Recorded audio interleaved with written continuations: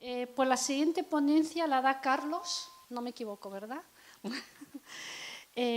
Sobre, tengo que buscar el programa, no me lo sé de memoria, lo siento. Sentence prononcée contre P y J, P y J, un inédito de Agustín Gómez Arcos. Para más o menos organizarme hasta...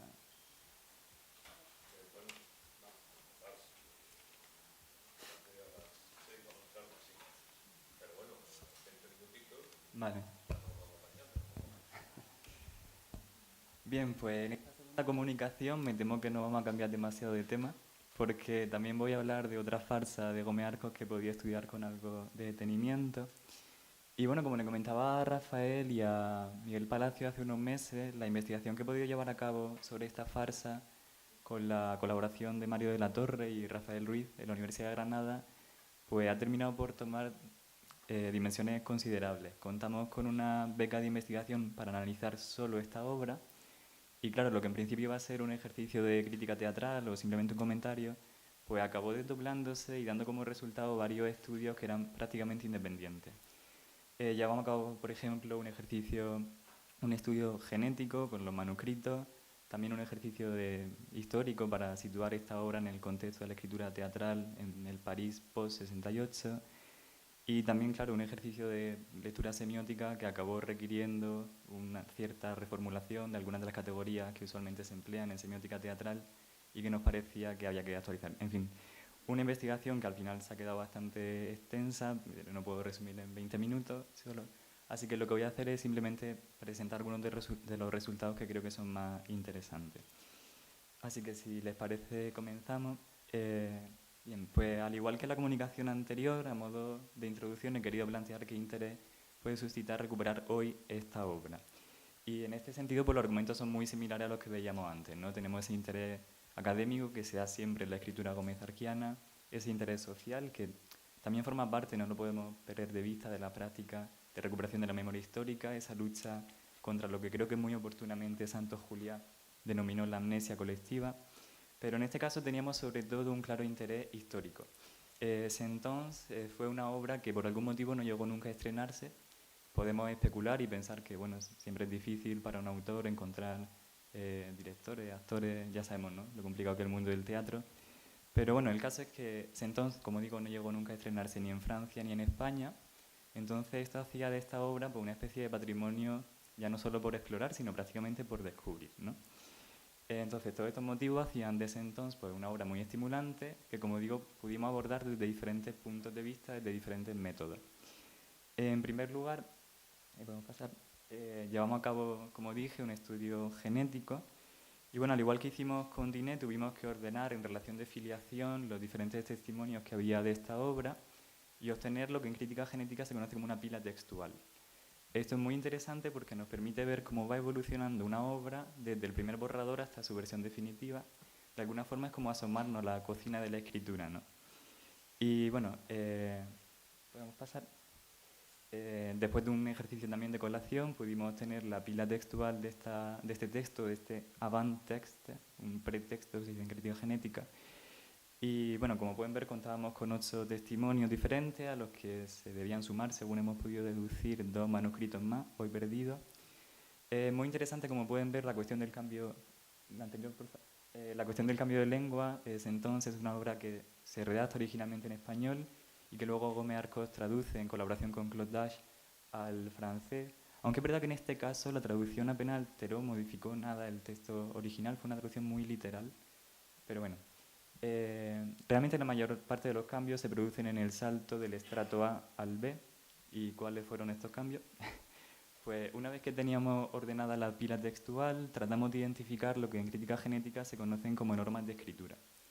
Esto es un concepto muy problemático, sobre todo porque se pisa terminológicamente con otros usos del término.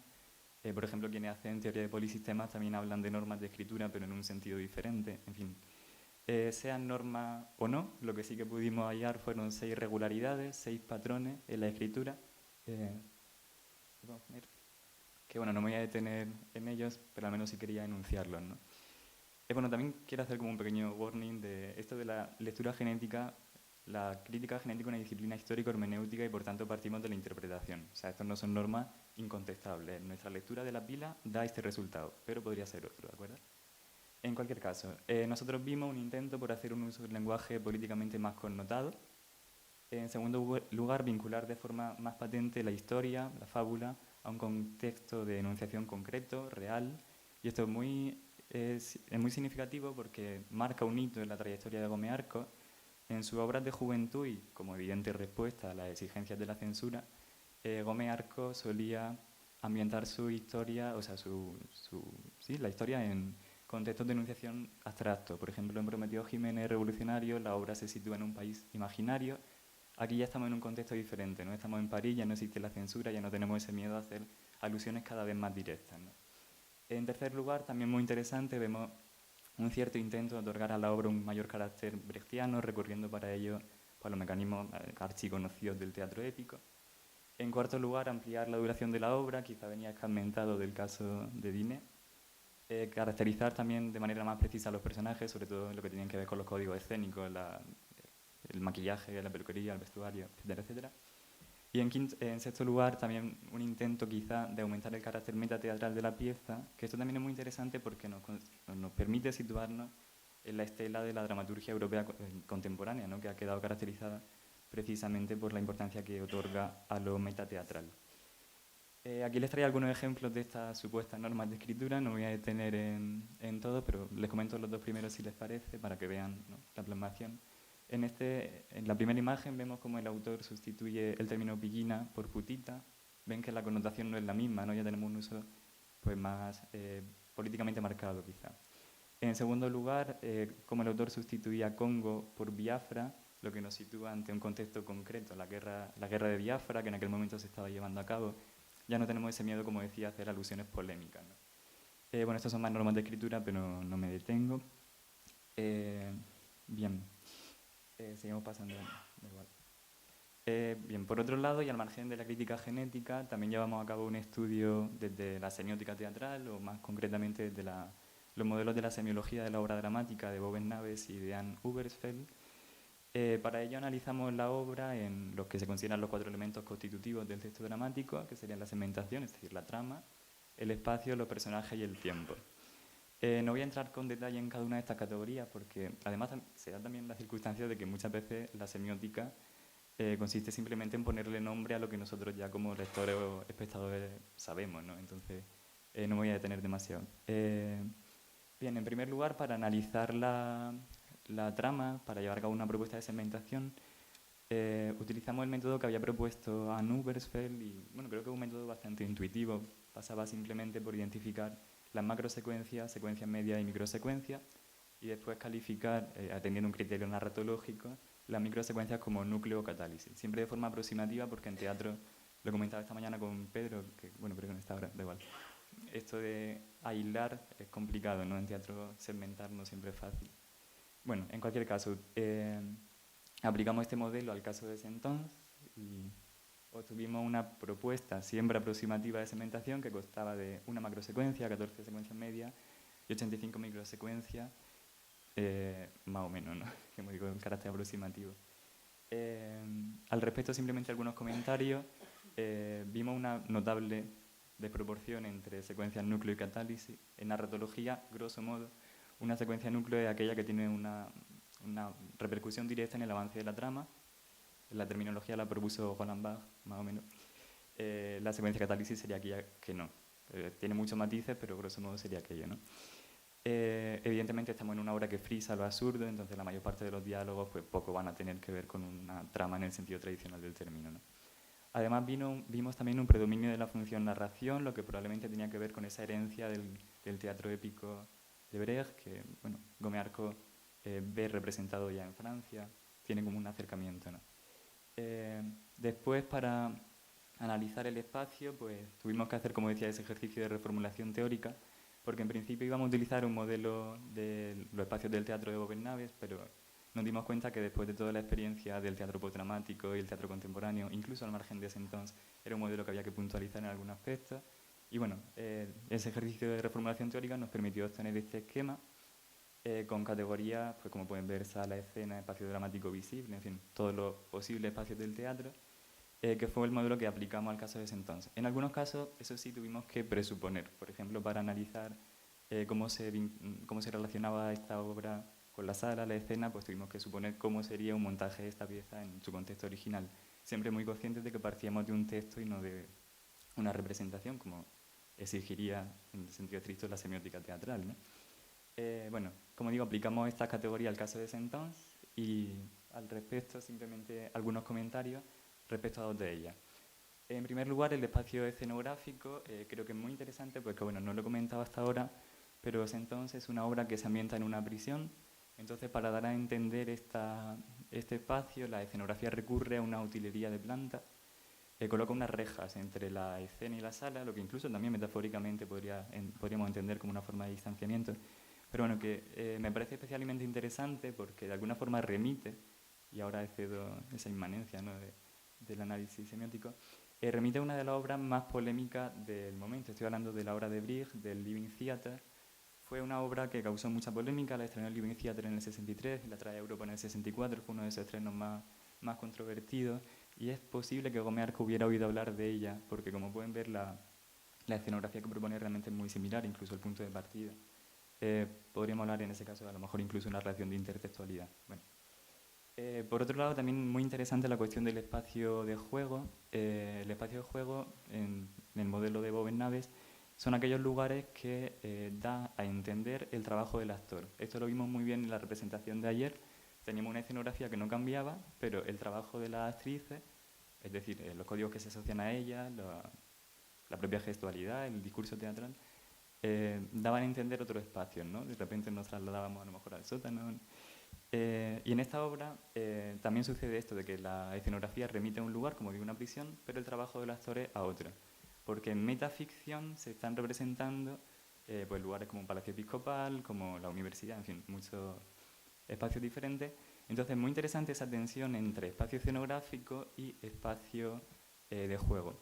Muy interesante a nivel escénico, pero también incluso a nivel político.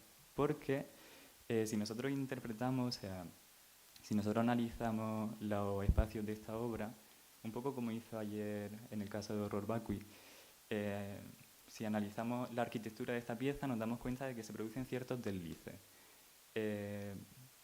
Acontecimientos que suceden en metaficción tienen repercusiones directas en la ficción. Esto en sentido estricto no debería ocurrir. Pero claro, como digo, podríamos leer en clave crítica y decir, bueno, ¿qué quiere decir esta aparente confusión, ¿no?, en los niveles de representación? Pues si leemos en clave especular, podríamos decir, un claro mensaje crítico es, si la metaficción tiene repercusiones en la ficción, también la ficción, por reflexión especular, es decir, si de verdad se trata de una mise en abîme en el sentido heráldico del término, también la ficción debería tener repercusiones en la realidad. Entonces, como digo, lo que aparentemente puede ser una confusión, podríamos interpretarlo también en clave crítica. Pasamos. Bueno, para analizar los personajes, llevamos a cabo un estudio de los personajes en los tres hilos que señalaba Anne Ubresfeld y que son los tres hilos clásicos de la semiótica, a nivel semántico, sintáctico y pragmático, y al respecto simplemente algunos comentarios. En cuanto a nivel sintáctico, es muy interesante la sintagmática de la obra. En la pieza opera una clara relación de oposición entre unos personajes a los que podríamos denominar los oprimidos, que son PJ y Maíla, y unos personajes a los que podríamos denominar los opresores, ¿no?, que son personajes concretos como un obispo, instituciones como el ejército. Y bueno, me parece especialmente interesante esta sintagmática porque precisamente los oprimidos son los que toman el rol de sujeto. Tenemos el rol astancial de sujeto, tenemos una inversión, una distribución carnavalesca, ¿no?, del orden social real, que probablemente tenía que ver con esa intención de agitación tan propia de Gómez Arco, ¿no? Después, en cuanto al nivel semántico, es muy interesante ver cómo van evolucionando los semas, las características de estos personajes.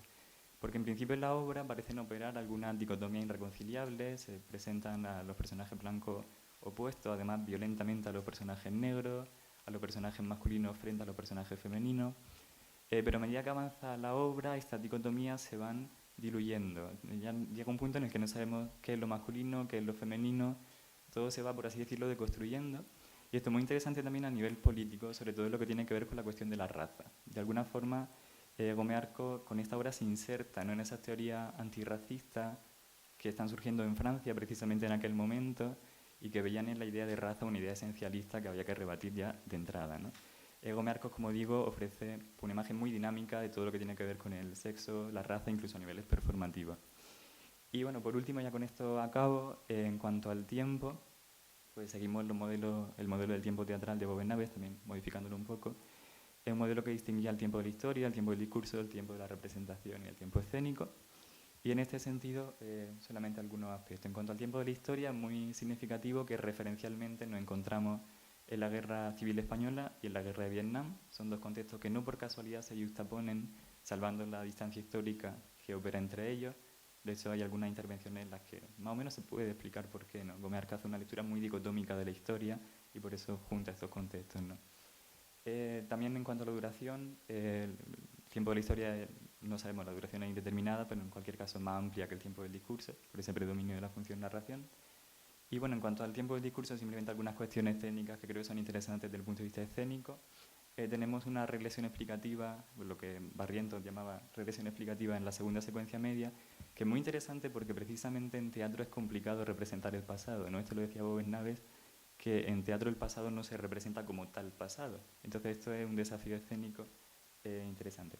Y luego también tenemos, en general en toda la obra, un ritmo acelerado, lo que en narratología conocen como un speed up, que también es difícil de llevar a escena. Por ejemplo, hay un momento en el que nace un bebé y visiblemente el espectador ve cómo se convierte en un niño, adolescente, adulto, ¿no? Y creo que es muy interesante porque rompe con esa forma casi baciniana, ¿no? Esa concepción casi baciniana del tiempo escénico y se acerca a otras formas mucho más contemporáneas de expresar el tiempo.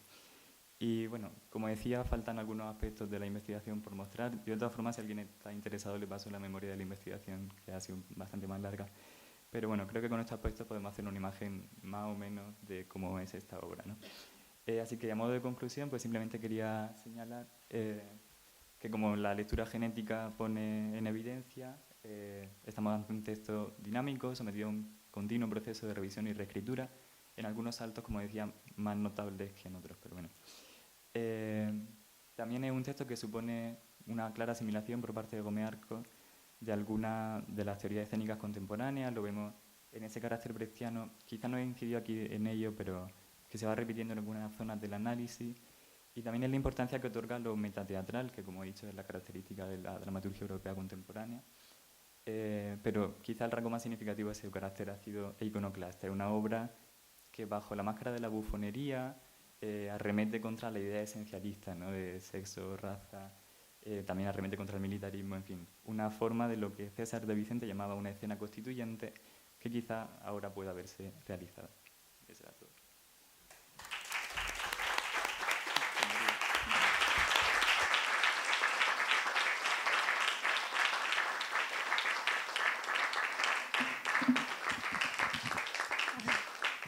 Muchas gracias. No sé si hay intervenciones entre el público.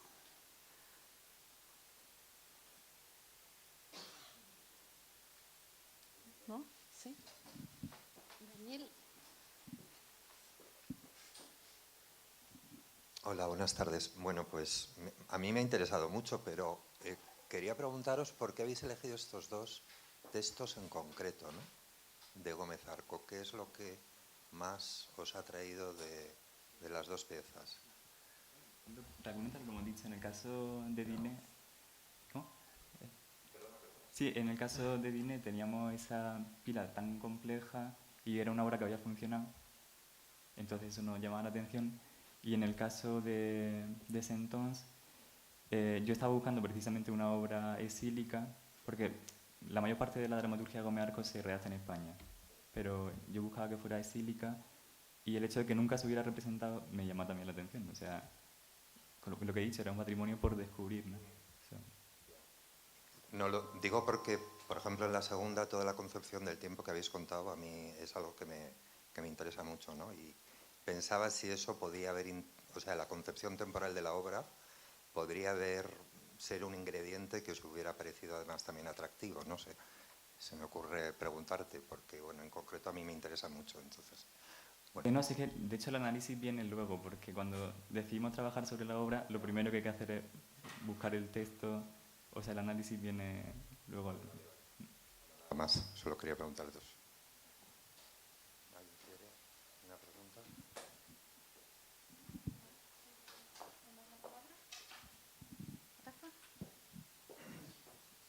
No, yo quería hacer una puntualización respecto antes, que cuando me habéis preguntado por ese documento, dije, ese documento lo tengo yo respecto a la carta que Miguel le escribió a... No, lo aclaro, yo tengo una copia. El documento original está junto con 22.000 folios en la Biblioteca Nacional, que lo mandé para allá, que fueron 97 carpetas, 22.000 folios, y ahí dentro va ese documento. Es decir, que el documento original está en la Biblioteca Nacional, no lo tengo yo en mi casa. Que después me he quedado pensando y me ha entrado pudor con el tema.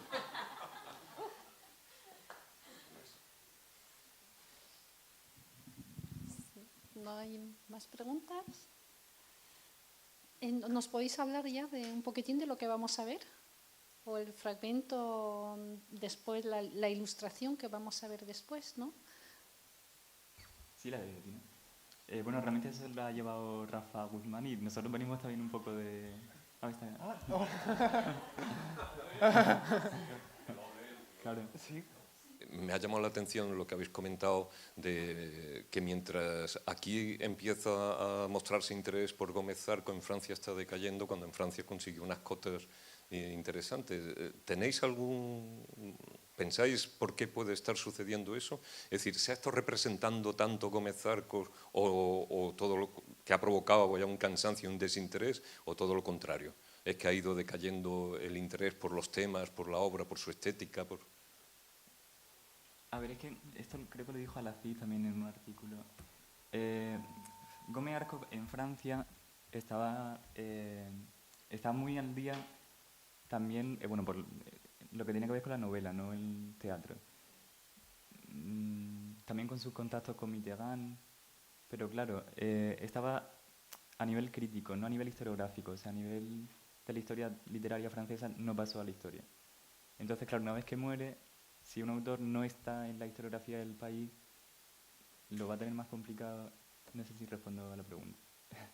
Que no consigo calar tampoco la historiografía, entonces ahora es difícil recuperarlo desde ahí porque no está.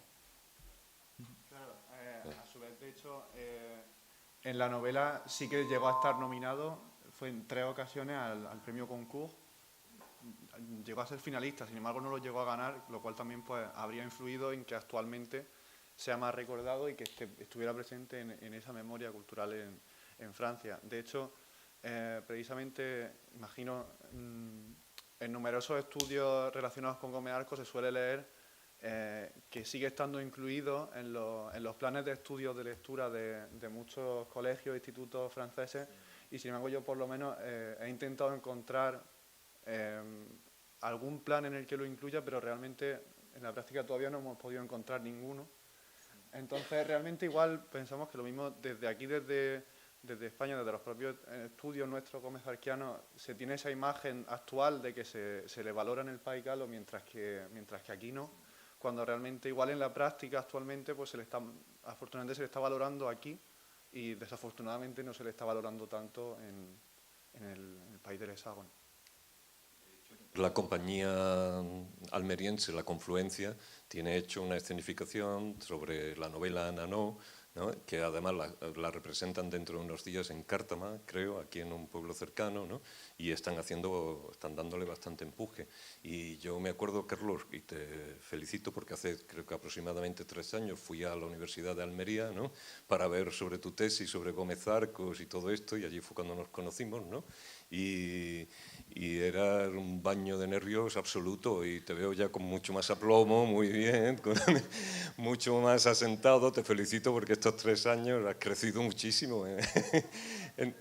Va por dentro, sí, pero eso ya...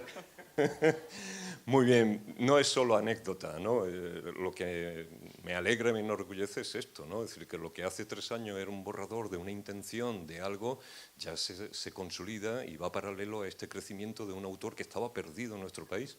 Entonces todo esto pues nos anima. Lo que ha sido demoledor es la anécdota que habéis contado sobre El tema de Alfonso Jiménez, los textos estos allí, demoledor, demoledor. Bueno, es una realidad, es una realidad. Bueno, ¿alguna intervención más antes de irnos al café? El café. Vale, bien, pues entonces nos vemos a las 7 en punto aquí para ver la representación esta.